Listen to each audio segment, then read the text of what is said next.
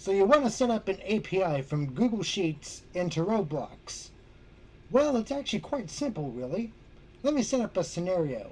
So I have this big part here, and I want to change the text label to just send out a message or update to a message that can be updated with the API. And I would like this button right here, to be the button to update it. So what I'm going to do is, so I have my variable folder. I want to use this specific string value because the API uses. Well, I guess you can have it update text labels as well, but I usually like to update string values. So right now the string value says, did we do it?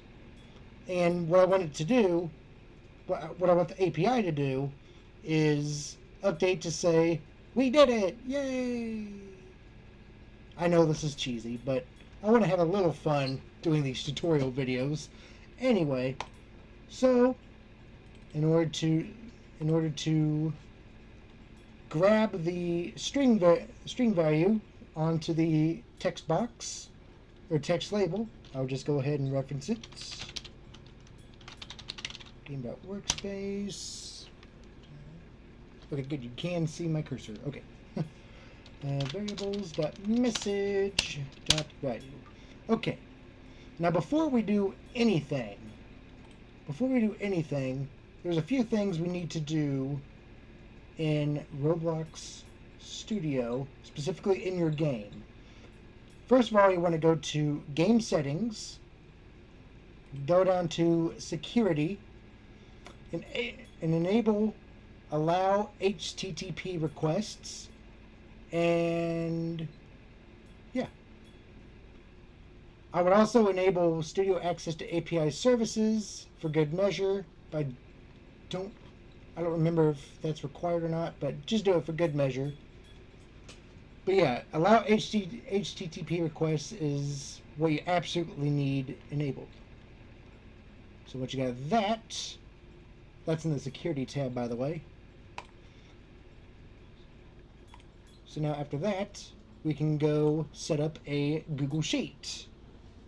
So here's just a blank Google Sheet, and I'll rename this sheet to like usually I use this system to write questions and update them in real time in my Roblox games. So let's say I wanted to make a tab just for one specific game. I'll just go ahead and call it Game 1. And what I like to do, I go up to the first tab and freeze it. I believe that's what we need to do to have the API work. And yeah, I like to move column A out just a little bit, so that way if you have really long questions, they don't get cut off by like the answers in the following tabs. So I'm just going to name this message.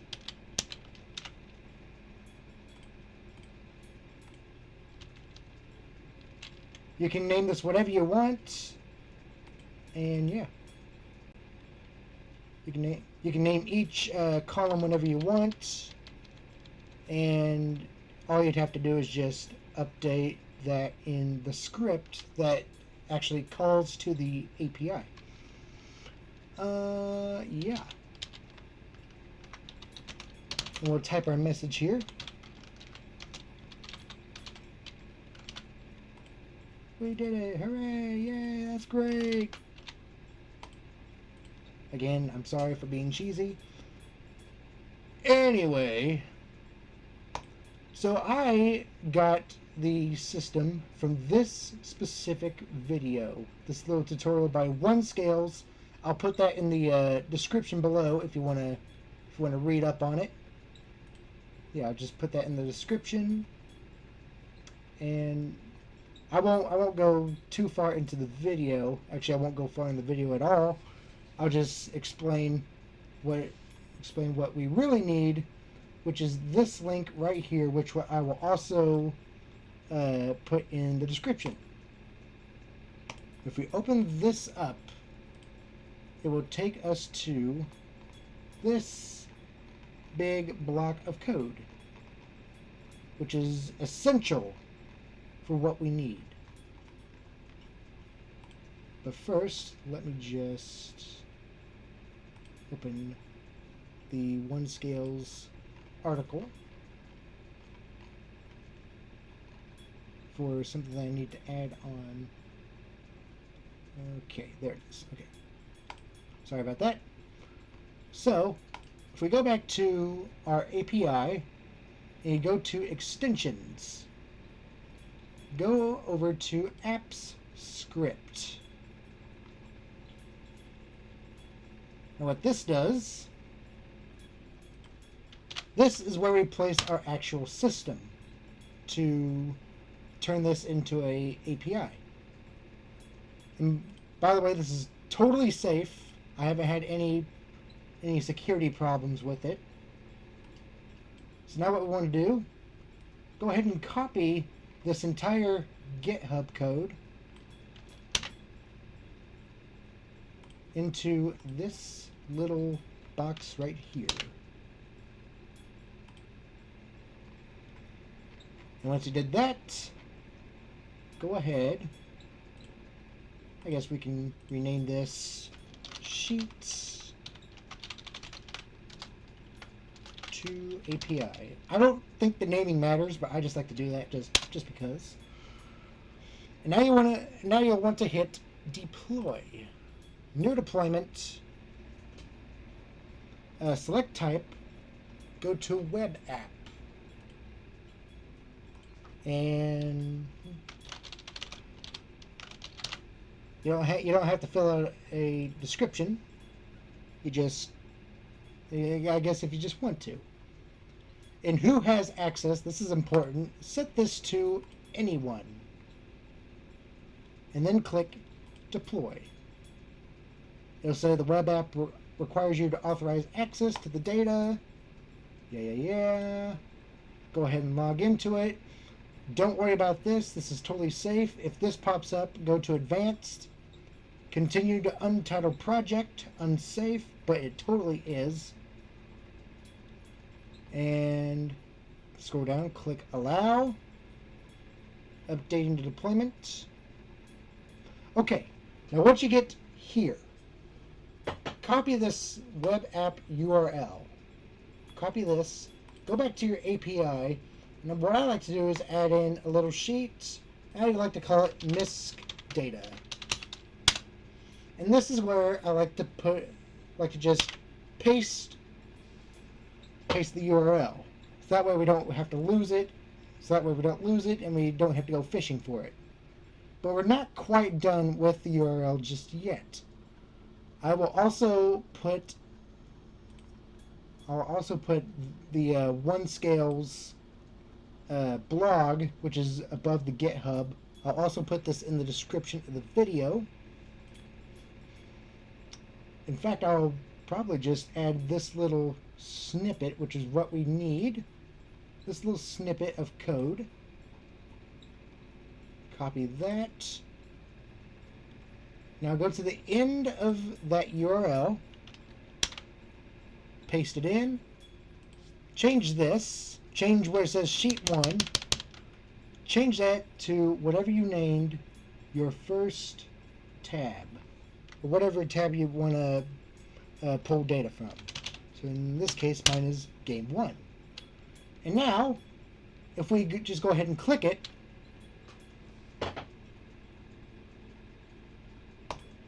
look at this. There's our API.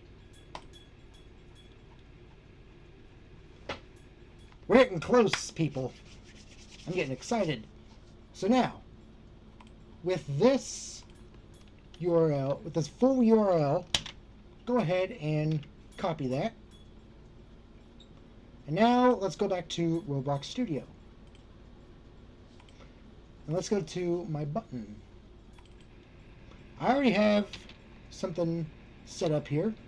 I will also put this in the description. This is specifically how I do click detectors. And yeah. So what you'll want is to reference the HTTP service, just like so, and then local URL. This is where you will want to put in your URL. This has to be in quotation marks, by the way, or else it won't work. So you put that in, and then to actually get the data, HTTP service, colon, GetAsync from that URL.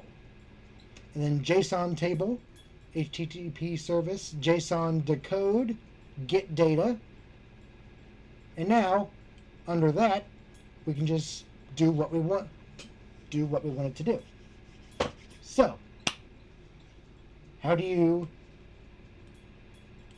get the message to our string value? Here we go. So what I do is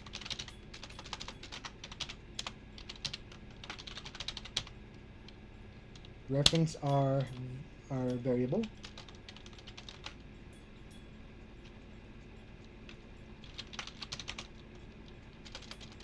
What's going on here?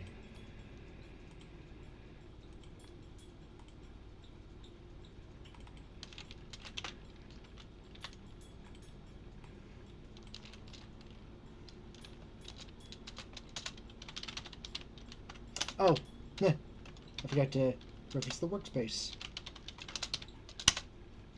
Equals. Now let's go back to that little part where we saw this. So we want to first reference. Actually, I'm going to split screen this real quick.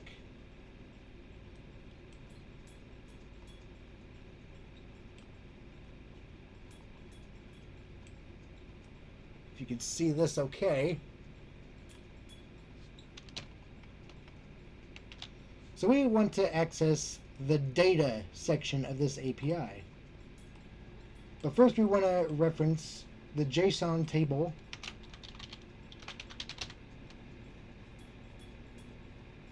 itself dot data, and we want to reference the first item in the data. So what we want to do, data brackets 1, and then we go ahead and reference the message itself. And folks, that's it. We're done. That's all we got to do. So now, sorry about that. If we go into our game, first let me move the spawn point. Now if we go into our game, did we do it?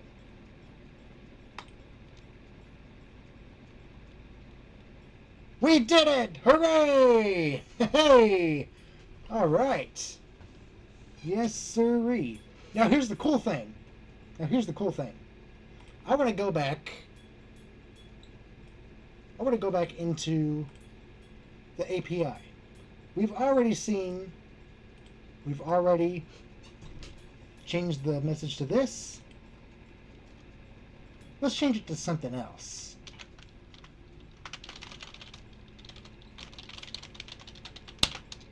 Is that your final answer? Now, the cool thing is, when it saves, if we hit it again, whoa, look at that. All right. Let's do one more thing. I'm going to stop the game here. Now, what if I want to add in multiple answers or multiple messages.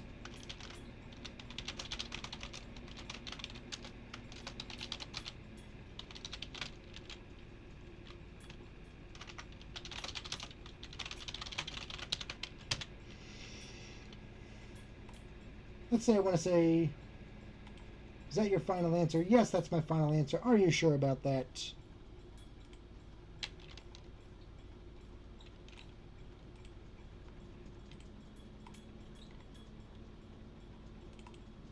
For each message, just replace the number by whichever message you want. So message 1 would be, is that your final answer? 2 in this case would be, yes, that is my final answer. And 3 is, are you sure about that?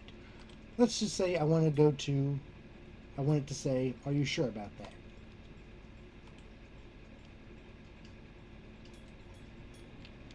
Did we do it?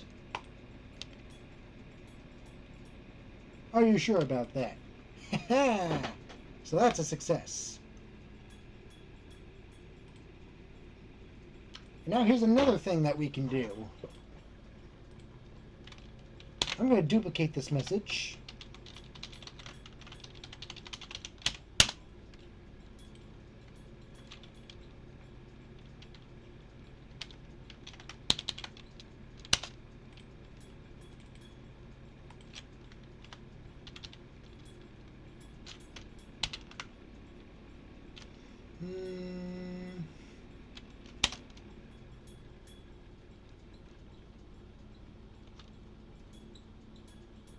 Yeah.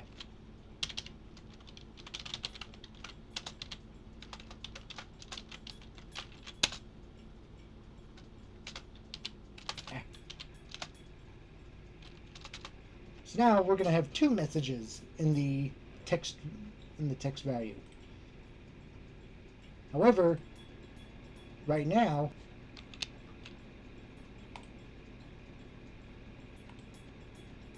we only have 1 column.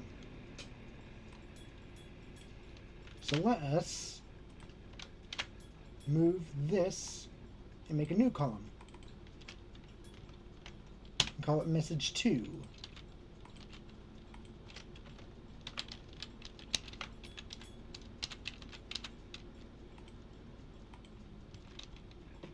So now if we go to the URL,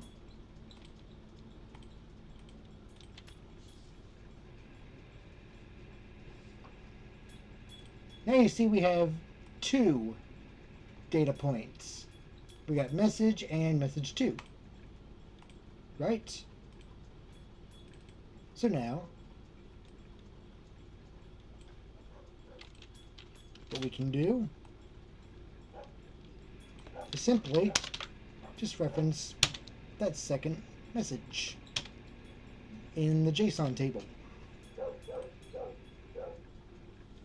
So now